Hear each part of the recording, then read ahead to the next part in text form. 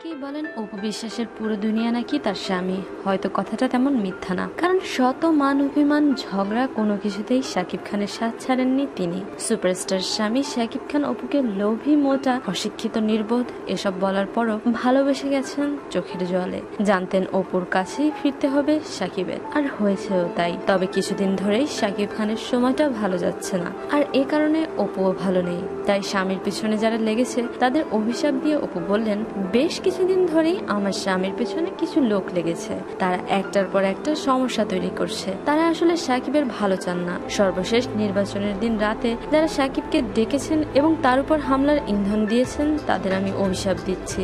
সাকিব খান তার পরিবারকে সময় না দিয়ে চলচ্চিত্রের সময় দিয়েছেন, তার ধ্যান জ্ঞান চলচ্চিত্র। আজ এর পরিণাম কি? এটা হওয়া উচিত। প্রিয় দর্শক, আপনিও কি অপু বিশ্বাসের সাথে একমত? আর কি মনে হয়, অপু বিশ্বাসের এই ভালোবাসা কি চিরকাল স্থায়ী হবে?